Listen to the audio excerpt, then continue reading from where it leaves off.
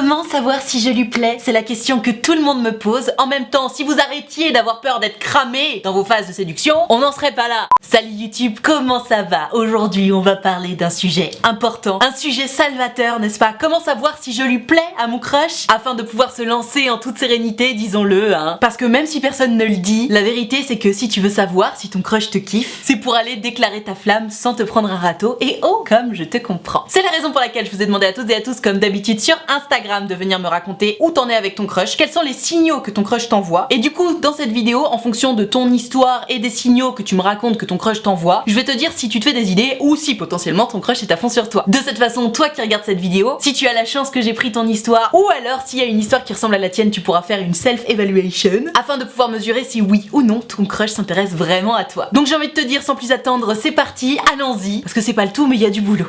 On démarre avec Alphonse et cette histoire va sans doute parler à beaucoup d'entre vous parce qu'on est sur une petite histoire de crush mais sans le fameux détail qui fait que tu te dis ah bah c'est sûr cette personne est à fond sur moi donc on va en parler. Elona, j'espère que tu vas bien. Ça va très bien, merci. Alors voilà, ma crush n'envoie jamais le premier message. En revanche, quand je lui envoie le premier message, après elle relance toujours plein de sujets de discussion. Et ça c'est un très bon point, on va y revenir. On parle quasiment chaque jour, pareil, très bon point. Et de temps en temps elle m'envoie des snaps vidéo où elle raconte un truc et elle se filme. Au lycée pour le coup on se voit pas très souvent parce qu'il est très grand, mais voilà on parle quand même tous les jours. Merci si tu as pris mon histoire et pour toutes tes vidéos, hashtag je lui plais. PS, je pense que les vidéos qu'elle m'envoie, elle ne me les envoie qu'à moi parce qu'au début des vidéos, elle dit genre hey et le surnom qu'elle m'a donné. Alors mon Alphonse, elle t'a donné un surnom la petite, on adore. Donc je disais avant de lire cette histoire, je pense que ça va parler à beaucoup de monde parce que on est combien en vrai en phase de séduction, tu sais, où tu te dis bon en soi ok on parle tous les jours, ouais, mais ça peut fonctionner avec des amis. On a un surnom, ouais, mais pareil ça peut fonctionner avec des amis. Et même si on parle tous les jours, c'est toujours moi qui envoie le premier message et du coup t'es dans une espèce d'ambiguïté où tu te dis bon, moi je sais très bien ce que je veux, mais l'autre, est-ce qu'elle est en mode pote ou est-ce qu'elle est intéressée? C'est là toute la difficulté de la situation et c'est pour ça que je fais cette vidéo parce qu'on a besoin de répondre à ce genre de problème. Quand tu te retrouves dans cette situation face à ton crush, là clairement Alphonse, il ose pas trop se lancer parce qu'il se dit ah je sais pas si ma crush est à fond sur moi. Et pourquoi il sait pas si sa crush est à fond sur lui? Très simplement parce que elle a pas fait de move. Ok elle relance la conversation, ok elle envoie des petites vidéos comme ça spontanément, mais c'est pas ce qu'on appelle un move. Ce que je vais appeler un move dans toute cette vidéo, hein, comme ça ce sera plus simple, c'est le moment où tu fais une action qui clairement ne peut pas être interprétée par quelqu'un en mode non mais c'est bon c'est parce qu'on est amis qu'elle fait ça ou qu'il fait ça. Et ce genre de move ça ne peut pas être juste envoyer le premier message même si c'est tous les jours, ça peut pas être juste relancer la conversation et ça peut pas être juste envoyer des snaps. Et du coup quand on se retrouve dans ce genre de situation où clairement il n'y a pas une action plus haute que l'autre, personne n'a tenté un seul move quoi. Tout peut être interprété comme de l'amitié et si on a un petit peu d'imagination on peut potentiellement se dire que ah peut-être que l'autre est à fond sur moi. Ce genre de situation mes enfants il faut absolument en sortir. Pourquoi? Parce que comme notre Alphonse là, pour peu que tu manques un petit peu de confiance en toi, tu te retrouves dans cette situation, t'oses pas faire un move parce que t'as peur de prendre un râteau, et alors si t'oses pas faire un move, t'oses évidemment pas aller avouer tes sentiments. Les enfants, je n'arrête pas de le dire et je le répète, la séduction, c'est l'art de faire comprendre à l'autre qu'il ou elle te plaît. Parce que là mon Alphonse, j'aimerais bien t'aider, j'aimerais bien te dire que ouais bah franchement potentiellement qu'elle te kiffe, et d'ailleurs au fond de moi c'est ce que je pense. Je me dis que si elle t'a donné un petit surnom que vous écrivez tous les jours et qu'elle t'envoie même des petits snaps juste pour toi, ce qui est sûr c'est qu'elle s'intéresse à toi. Maintenant est-ce qu'elle s'intéresse à toi de façon amicale ou de façon love, toi-même tu sais, c'est ça la question qu'on se pose. D'où l'intérêt de faire un move les gars. Il faut être clair sur ses intentions. De toute évidence, tu veux pas être ami avec elle, donc tente un truc. Et faire un move, ça veut dire quoi? Ça veut dire l'inviter à aller se promener que tous les deux, ou alors faire un énorme sous-entendu comme quoi elle te plaît, ou alors carrément lui dire qu'elle te plaît, même si c'est peut-être un petit peu rapide. Parce que très simplement, on en a besoin. Regarde Alphonse, toi t'es dans cette situation, t'es un peu bloqué parce que tu te dis bon bah qu'est-ce qu'elle pense de moi? Mais est-ce que tu penses pas que elle se dit la même chose? Comme personne n'ose faire de move, ça stagne. Et y a rien de pire qu'une situation dans laquelle on se pseudo-séduit, puisqu'encore une fois, si l'art de la séduction c'est faire comprendre à l'autre qu'il ou elle nous plaît, il faut faire des moves, sinon on n'est pas vraiment dans la séduction, on reste dans la friend zone en fait, et c'est pas le but. Et c'est là que c'est très difficile pour les gens timides, c'est que déjà pour un être humain qui n'est pas timide, c'est pas évident de faire un move, on se jette dans le vide, hein, faut pas croire, ça fait peur à tout le monde, mais alors quand t'es timide, laisse tomber. Déjà que pour quelqu'un de pas timide, t'as l'impression de sauter dans le vide, alors pour un timide, t'as l'impression de sauter dans l'univers. Bref, les gars, les meufs, si vous vous retrouvez dans cette situation là, il faut faire un move, parce que tant qu'on n'aura pas une validation du move, je sais pas combien de fois j'aurais dit ce mot dans cette vidéo, on ne pourra pas avoir un avis sur est-ce que oui ou non tu plais à cette personne. Donc tu tentes quelque chose, tu proposes ne serait-ce qu'une promesse promenade, puisqu'en ce moment les bars, les restos sont fermés. Quand ça rouvrira, tu peux même proposer d'aller boire un café ou alors d'aller boire un verre. La différence entre aller boire un café et aller boire un verre dans les codes sociaux, c'est aller boire un café, c'est plutôt l'après-midi. Ça laisse penser que le soir t'as prévu autre chose, donc on est moins sur de la séduction. Alors que aller boire un verre, ça suppose que ce soit le soir, et potentiellement le soir, après avoir bu un verre, qu'est-ce qu'on fait? On va chez l'autre. Donc moi je te conseille plutôt de proposer à ton crush d'aller boire un verre, et très simplement, vois ce qu'elle te répond. Si elle te répond quelque chose du style grave, c'est que ton move est validé, on va pas se mentir. Alors bien entendu, attention, c'est pas non plus parce qu'elle te répond ah ouais grave j'ai trop envie d'aller boire un verre avec toi qu'elle est à fond sur toi. C'est un ensemble de plein de choses. Ça me fait penser par exemple, dans beaucoup de vidéos j'ai expliqué que le eye contact c'est très important et c'est un très bon indicateur de si une personne s'intéresse à toi ou pas. Mais attention, c'est pas non plus parce qu'une personne va te regarder 2 fois dans 1 heure de cours que cette personne est à fond sur toi. Le eye contact, oui c'est un indicateur, mais eye contact tout seul et en plus assez esselé, c'est-à-dire ça arrive très rarement, non ça veut pas dire que la personne est à fond sur toi. Tous les indicateurs c'est en fonction de la personnalité de la personne, en fonction d'à quel point tu connais la personne et en fonction du package autour. Donc mon Alphonse, pour moi dans ta situation là, il faut faire un move, lui proposer de faire quelque chose que tous les deux et voir si elle te répond positivement. Si elle te répond positivement, ça veut dire que t'as +1 dans la balance de potentiellement tu lui plais. Et attention, tant que c'est pas oui, c'est que c'est non. C'est-à-dire que si sa réponse c'est ah je te redis ça,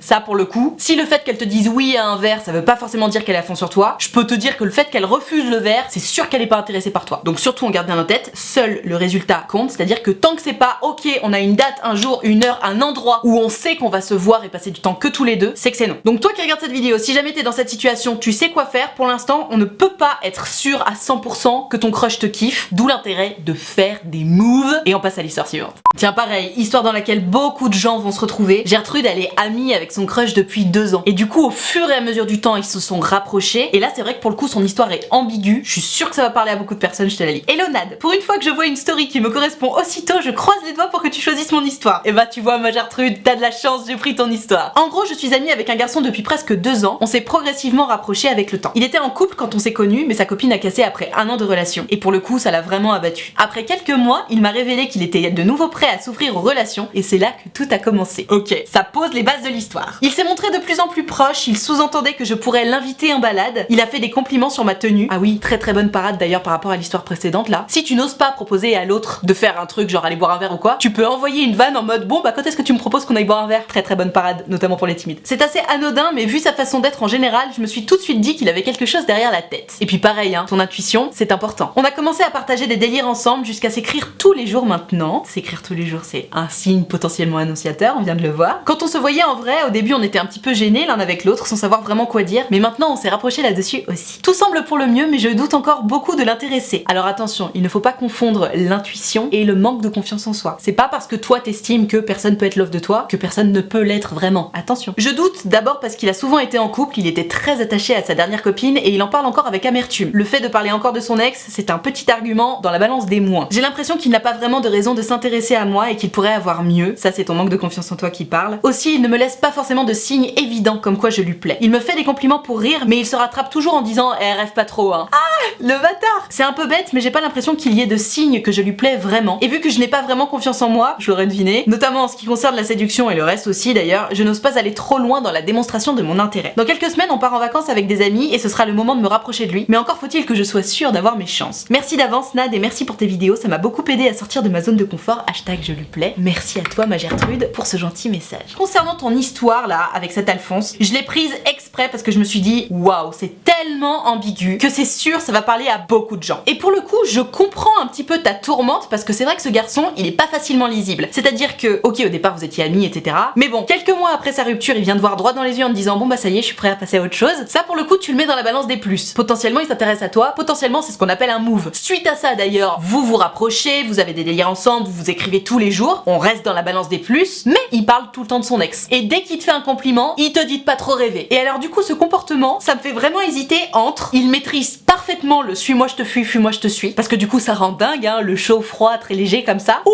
alors il se sert un petit peu de toi comme de pansement affectif, c'est-à-dire que vous sortez pas ensemble mais bon, cette petite séduction entre vous, ça lui fait du bien, ça lui permet d'oublier son ex, mais il veut pas trop non plus te faire souffrir, et donc pour soulager sa conscience, il hésite pas à te dire des trucs du style ah non mais rêve pas hein. Honnêtement, je ne sais pas quoi en penser. Et puis surtout, vu ton manque de confiance en toi, je me dis, tu dois être encore plus perdu que moi. Alors déjà que moi, Dr Love, je suis perdue, je n'ose pas imaginer pour toi. Ma Gertrude, le fait que vous partiez en vacances bientôt, je suis d'accord avec toi, c'est une super nouvelle. Très simplement parce que en vacances, vous allez pouvoir passer plusieurs jours d'affilée ensemble, dans des soirées, et on le sait tous et toutes, les soirées sont propices au rapprochement, n'est-ce pas? Et je suis d'accord avec toi, ça va être le meilleur moment pour vous rapprocher ou pour tenter quelque chose. Malgré tout, tu vois, dans ton message, tu me dis ouais, peut-être que ce sera le bon moment pour tenter quelque chose, si tant est qu'à ce moment-là, je sois sûre de pas me prendre un râteau. Ma Gertrude, on n'est jamais sûr. Jamais, jamais, jamais, jusqu'à ce qu'on ait posé la question ou jusqu'à ce qu'on ait emballé l'autre. Et encore, parfois on s'emballe et puis le lendemain, l'autre te dit ah bah finalement non. Ça arrive, tu vois. Toi qui regardes cette vidéo et toi, ma Gertrude, qui m'a raconté ton histoire, pars du principe que de toute façon, quand tu tentes un truc, quand tu te déclares un petit peu à l'autre, tu te jettes toujours dans le vide. On n'est jamais sûr et certain, donc tu risques toujours quelque chose. Maintenant, si t'as besoin d'être un peu rassuré sur si oui ou non ton crush s'intéresse à toi, il faut aussi faire marcher son sens critique. Par exemple, tu vois, là, comme tu m'en parles, vous écrivez tous les jours, c'est important pour toi d'avoir de ses nouvelles, de discuter avec lui, de délirer avec lui. À toi de voir si ça a l'air réciproque ou pas. Est-ce que vous écrivez tous les jours parce qu'il y a que toi qui lui écris, ou est-ce que vous écrivez tous les jours parce que de temps en temps c'est lui qui t'écrit et de temps en temps c'est toi? Est-ce que c'est équilibré ou pas? Est-ce que c'est tout le temps toi qui va vers lui ou pas? Et d'ailleurs, c'est quelque chose que tu vas pouvoir observer très facilement quand vous serez en vacances. Est-ce que régulièrement il vient te chercher? Est-ce que régulièrement il vient voir ce que t'es en train de faire? Ou est-ce que c'est tout le temps toi qui va vers lui? S'il y a un certain équilibre, c'est que potentiellement l'intérêt est mutuel. Maintenant, si c'est toujours toi qui y vas, bah non, clairement c'est que l'intérêt n'est pas mutuel. Ou en tout cas, il y a beaucoup moins de chance. Ou alors il est vraiment très timide et il a trop peur de se cramer. Mais bon, vu ce que tu me racontes, il m'a l'air assez extraverti. Faisons marcher nos sens critiques, les gars, les meufs. Si tu veux savoir si quelqu'un s'intéresse à toi, observe son comportement de façon ultra objective. Attention, et c'est là le côté très difficile, et c'est pour ça que j'arrête pas de vous dire, les gars, les meufs, montrez à vos crushs que vous les kiffez. Ce n'est pas non plus parce que ton crush ne t'envoie aucun signal qu'il ne s'intéresse pas à toi. Très simplement parce qu'il y a beaucoup de gens qui sont très timides, qui ont peur de se jeter dans le vide, et qui n'ont qu'une seule idée en tête, c'est putain, si je fais quoi que ce soit, je vais me cramer, et j'ai peur de me cramer. Pourquoi? Parce que j'ai peur de me prendre un vent. Donc si tu veux savoir si ton crush s'intéresse à toi ou pas, n'aie pas peur de faire le premier move, c'est hyper important. Et toi, dans ce cas-là, ma Gertrude, peut-être qu'il est temps même de casser l'ambiguïté. Parce que le suis-moi je te fuis, fuis-moi je te suis, c'est bien joli, mais quand ça devient trop ambigu comme ça, quand tu sais vraiment plus quoi faire ni quoi penser, c'est qu'il faut briser l'ambiguïté. Donc par exemple, quelque chose de très simple, imaginons il te fait un compliment et puis derrière il te remet une claque en mode ah, rêve pas trop, n'hésite pas à le prendre sur le vif en lui disant mais quand tu dis rêve pas trop, du coup, tu penses que je rêve de quoi? Parce que si tu penses que je rêve d'être en couple avec toi, ça veut dire que tu penses aussi? Non? Bah alors, qu'est-ce qui t'arrive? T'as vu, t'es tout rouge? Tu vois, hésite pas à le déstabiliser lui, parce que de toute évidence, il maîtrise très très bien cette ambiguïté, mais c'est pas juste en fait. Toi aussi t'as le droit de jouer avec ça. Et puis surtout, t'as besoin de couper cette ambiguïté. Donc je t'ai donné un exemple parmi tant d'autres, mais t'es pas obligé de le faire avec humour non plus. Tu peux aussi aller le voir de façon très sérieuse en lui disant écoute, je suis désolée, mais j'ai besoin de savoir. T'arrêtes pas de me faire une claque, une caresse, une claque, une caresse, et je me demande si tu t'intéresses à moi ou pas. Est-ce que tu peux me répondre? Et puis bon, tu verras. Pour le coup, c'est un peu moins romantique, mais si t'as besoin de cette réponse-là, s'il te répond non, déjà ça aura pas l'air d'un râteau, très simplement parce que c'est pas comme si tu lui disais tu veux sortir avec moi, ou alors c'est pas comme si t'allais lui avouer tes sentiments, tu lui demandes seulement s'il s'intéresse à toi. C'est pas la même chose. Il y a plein de petites nuances comme ça qui sont très fines, mais là ce qui est sûr, c'est que dans cette histoire, attends peut-être les vacances que vous allez passer ensemble, tu vois, ce sera le moment idéal, mais il faut briser cette ambiguïté-là parce que toi t'as besoin de réponses, t'as besoin de certaines certitudes. Et quelle que soit la façon dont tu lui feras comprendre, ça peut aussi être une double conversation où tu lui fais comprendre que toi, le jour où tu seras à fond sur quelqu'un, t'auras besoin d'être sûr d'intéresser vraiment la personne parce que t'as trop peur de te lancer dans le vide ou quoi que ce soit, mais il faut absolument briser cette ambiguïté parce que t'as besoin d'être rassuré. Courage.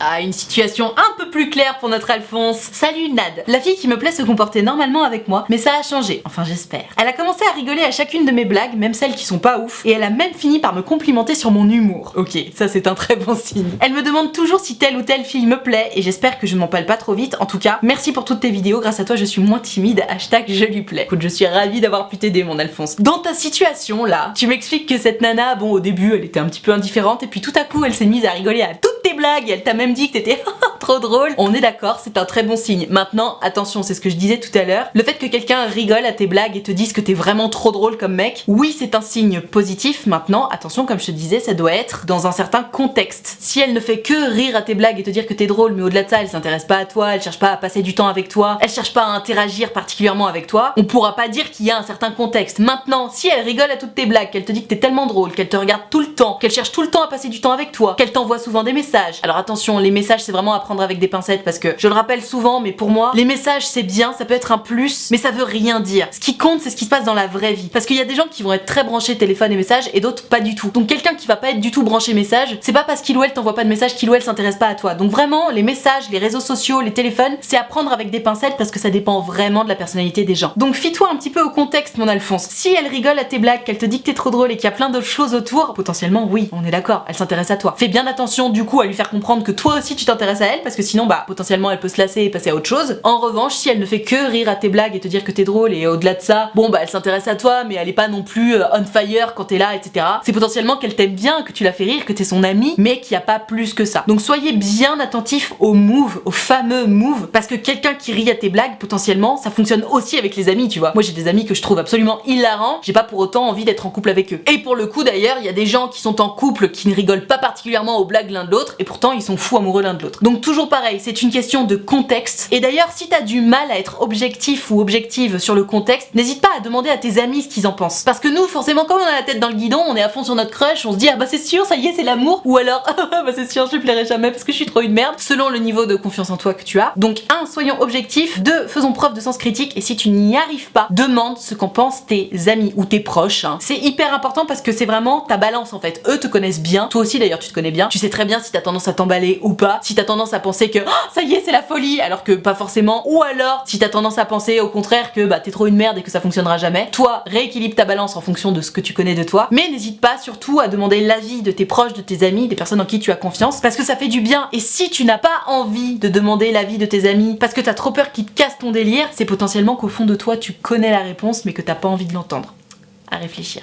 Ah bah tiens, grâce à l'histoire de Gertrude, on va complètement mettre en application ce problème de manque de confiance en soi. Et du coup, comme on manque de confiance en soi, on s'aime pas suffisamment et on part du principe que du coup, bah les autres c'est pas possible qu'ils nous aiment. Je te lis l'histoire. Hello Nat, j'espère que tu vas bien. Ça va très bien, merci. Je t'écris parce que j'ai besoin de ton aide, je me doute bien, allons-y. Je suis Gertrude et j'ai 15 ans. Je fais une année en immersion de l'autre côté de mon pays pour apprendre l'allemand. Il y a un mec dans ma classe, un allemand, il m'appelle Baby Girl, il me dit que je suis mignonne, on se fait des eye contact, etc. Il parle de moi à ses potes et ses potes me lancent des pics sur lui et moi. Ça c'est très bon signe. Mais je ne sais pas s'il est sincère ou pas. Je me pose beaucoup de questions parce que je ne parle pas très bien sa langue et lui ne parle pas du tout français. Comme j'ai de l'acné, je n'ai pas du tout confiance en moi. Je me demande s'il se fout de moi parce que je me trouve moche avec cette acné. Est-ce que je lui plais vraiment ou est-ce qu'il n'est pas sincère? Merci pour toutes tes vidéos, signé Gertrude. Ma Gertrude, c'est terrible parce que j'allais te dire que ce soit un mec ou une meuf, quelqu'un qui te fait des eye contact, qui te donne un petit surnom genre Baby Girl, qui l'assume devant tout le monde en plus, qui parle de toi à ses potes à tel point que ses potes viennent te faire des vannes sur vous deux parce que potentiellement ils ont capté qu'ils te kiffaient et du coup ils ont décidé qu'ils allaient mettre cette histoire au grand jour, c'est ce qu'on appelle des signes positifs. Et j'ai l'impression que la seule raison pour laquelle tu t'inquiètes là, c'est que t'as pas confiance en toi. Tu le dis d'ailleurs très clairement dans ton message, tu me dis qu'avec cette acné tu te trouves moche et du coup tu pars du principe que c'est juste impossible que qui que ce soit s'intéresse à toi puisque t'es moche avec ton acné. Ma Gertrude, remettons l'église au milieu du village. L'acné c'est un problème de peau. Oui effectivement ça fait chier, on est d'accord, c'est pas très joli. Mais c'est pas parce que t'as de l'acné que personne peut s'intéresser à toi. Et d'ailleurs c'est pas parce que t'as de l'acné que t'es moche. Mais enfin, tu sais, on passe tous plus ou moins par là. Alors oui, il y a des gens qui ont jamais d'acné de leur vie et tu te dis putain les bâtards, ils ont trop de chance. Et il y en a qui sont tapissés d'acné de partout, sur le visage, sur le décolleté, dans le dos. On n'est pas tous égaux là-dessus, c'est vrai. En revanche, avoir de l'acné, ça ne t'empêchera jamais de séduire. Ça va te faire perdre confiance en toi, c'est sûr. Potentiellement, ça va te faire perdre ton amour de toi, tu vas te trouver moche et du coup, tu vas partir du principe que les gens peuvent pas s'intéresser à toi parce que t'es moche. Mais il faut absolument que tu te rendes compte que c'est faux. Avoir des boutons sur le visage, ça ne rend pas quelqu'un moche. On est d'accord, ça te met pas à ton avantage, mais ça va pas te rendre moche. Moi je me souviens quand j'étais en classe de seconde, il y avait un mec qui avait beaucoup d'acné sur les joues. Je te jure que c'était le plus beau mec de la classe et j'aurais donné n'importe quoi pour le pécho. D'ailleurs je l'ai pécho. Tout ça pour te dire que non, l'acné ça rend pas plus beau, on est d'accord, mais ce qui est sûr c'est que ça t'empêche pas d'être belle. Et ça il faut que tu gardes cette information au fond de toi parce qu'elle est vraie. Et il faut que tu me crois ma Gertrude. Et d'ailleurs la bonne nouvelle avec l'acné c'est que c'est uniquement passager. Donc arrête de partir du principe que si quelqu'un s'intéresse à toi, c'est juste obligé qu'il se fout de ta gueule parce que comme t'as de l'acné, t'es moche. Non, non et non. T'as de l'acné, oui, c'est pas de chance, ça fait chier, mais c'est comme ça. Et surtout, ça n'empêche pas quelqu'un de s'intéresser à toi. Pourquoi? Parce que les gens s'intéressent à toi pour un physique, évidemment, au départ, mais après, les gens s'intéressent à toi pour ta personnalité, pour ce que tu dégages, et t'inquiète pas que ce mec-là, il prendrait pas la peine de t'appeler Baby Girl devant tout le monde, et encore moins de parler de toi à ses potes, si tu l'intéressais pas sérieusement. Donc ma Gertrude, prends confiance en toi. L'acné, ça fait pas de toi quelqu'un de dégueulasse, et quelqu'un qui s'intéresse à toi, c'est normal, c'est parce que t'es gentil, c'est parce que t'es agréable, c'est parce que t'as une personnalité intéressante, et c'est parce que potentiellement, malgré ton acné, évidemment, t'es jolie. Arrête de te déprécier comme ça, tu es telle que tu es, et de toute façon, c'est à prendre ou à laisser. Aime-toi toi-même, ma Gertrude, ok? Et donc, pour répondre à ta question, moi je pense que oui, ce garçon s'intéresse à toi, et qu'il est temps de faire un move de ton côté. Courage! Voilà, je vais m'arrêter là pour cette vidéo sur comment savoir si je plais à mon crush. J'espère que ça t'a aidé, j'ai essayé vraiment d'être la plus large possible pour pouvoir aider un maximum de personnes dans cette vidéo. Si t'as des questions un peu plus précises, n'hésite pas à les poser dans les commentaires. Si j'ai un petit peu de temps, j'essaierai d'y répondre, et puis surtout, il y a plein d'abonnés, notamment mes abonnés de diamant, ils adorent répondre et donner des conseils, donc surtout n'hésite pas, on est là pour s'entraider, pour parler, donc fais-toi bien plaisir. En tout cas, si la vidéo t'a plu, n'hésite pas à mettre un pouce bleu, c'est important pour moi, ça me permet de savoir que tu as aimé mon travail, et puis surtout ça récompense mon travail. Tu peux aussi t'abonner à cette chaîne YouTube, tu peux cliquer sur la cloche si tu veux avoir une notification à chaque fois que je sors une vidéo. De toute façon c'est très simple, c'est tous les lundis, mercredis et vendredis à 18 h.